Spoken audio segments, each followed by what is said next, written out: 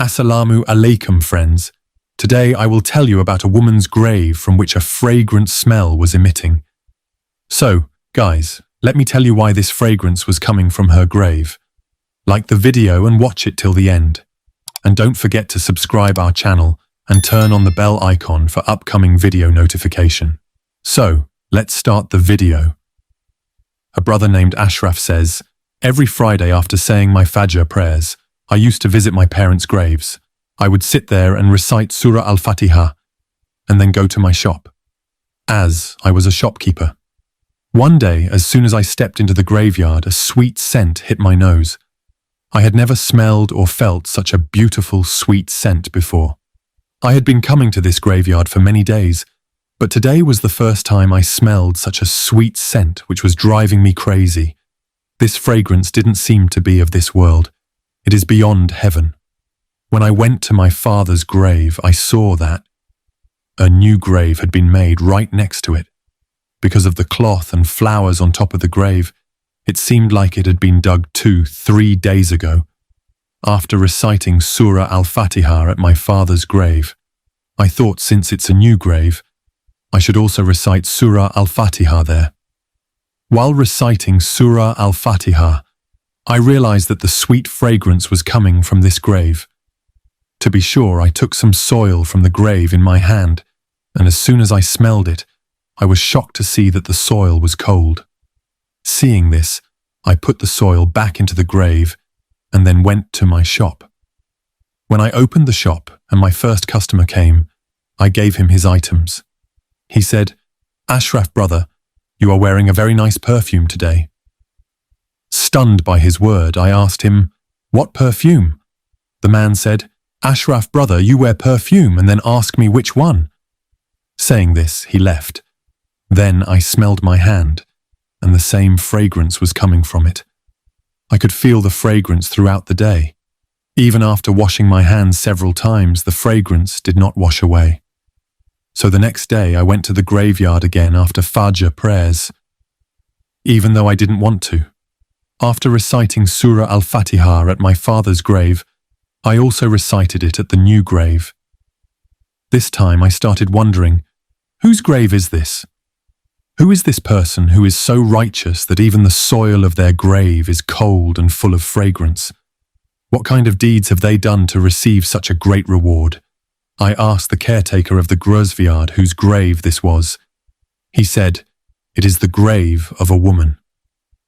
The next day, after Fajr prayers, I went to the graveyard again. When I reached there, I saw someone sitting on the grave of that woman, reciting the Quran. After reciting Surah Al-Fatiha at my father's grave, I saw that the man was making dua.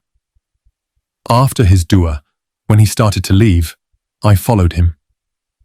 As soon as he stepped outside of the gate, I called him, "Sir, may I have a word with you?" The man said, "Sure, go ahead." Ashraf Pai said, "I am sorry to bother you. If you don't mind, I want to ask you something." The man said, "Yes, go ahead. What do you want to know?" "Actually, I want to know whose grave it is where you were making dua. If you don't mind, please tell me." The man asked him, "Why do you want to know this?" Ashraf Pai replied, "Actually, I am going crazy with the fragrance coming from this grave. I want to know where this fragrance is coming from. To me, this fragrance doesn't seem to be of this world. It seems beyond heaven.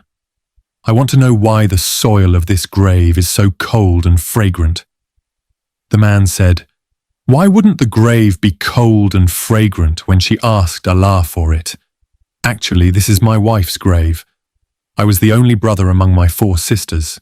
My sisters and my mother really wanted to see my wife. So, as soon as I got a job, my family started looking for a girl. Within a few days, they found a girl. My mother and sisters fulfilled their wishes. On the first night of our marriage, before lifting my wife's veil, I placed my turban at her feet and said, 'Forgive me, I will not be able to fulfill your rights. Please forgive me.' Hearing this, my wife placed the turban on my head and said, 'No matter how you are my husband. My one and only fortune, I want to stay with you with all ups and down.' Since that day, that servant of Allah has been with me for 3 years. She has listened to everything my family has said, endured the taunts of being barren, and yet said nothing to me. Why wouldn't Allah make her grave cold and fragrant? Hearing these words from the man, I felt sympathy for the woman who showed patience in this world and saved all her good deeds for the afterlife. Nowadays, nothing is hard to find. If the wife falls ill, the husband forgets the difference between halal and haram and looks to others to fulfill his physical needs. And wives also taunt their husbands for small reasons. They do not take care of their husbands when they are sick, because nowadays, no one has patience. Friends, this was the story I wanted to tell you. May Allah give us the understanding to act accordingly. Summa Ameen.